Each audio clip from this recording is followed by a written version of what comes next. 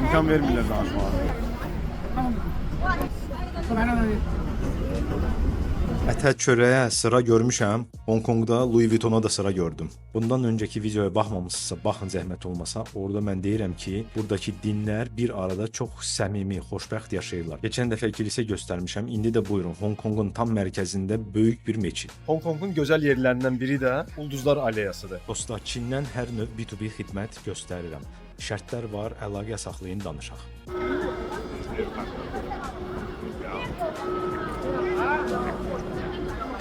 Və 200 il kolonial rejimdən sonra qalan bunlardır. Nəticə olaraq sizcə Hong Kongun xeyrinədir yoxsa ziyanına? Çox mənalı bir mənzərədir, görürsüz. Yük gəmisi ilə inkişafın nəticəsi. Bu mənzərəni gözlə görmək lazımdır.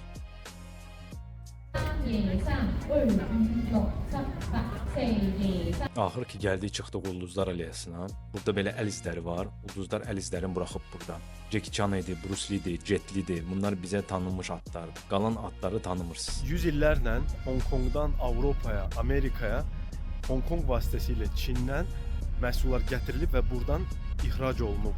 Bu məşhur Zhong Aqualunadır. Hong Kongda olsaz buna mütləq minin. Ona görə də Hong Kong Asiyanın dənizdə döyülən ürəyidir.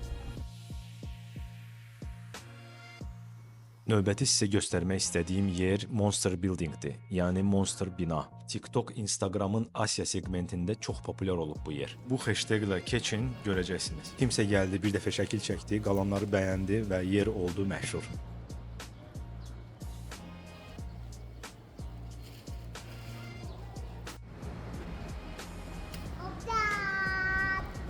Bu da Hong Kongun məşhur şəkil çəkmə nöqtəsidir. Görürsüz, hamı şəkil çəkir burada. Hələlik bu qədər. Hong Kongdan bir neçə videom daha olacaq. Sağ olun.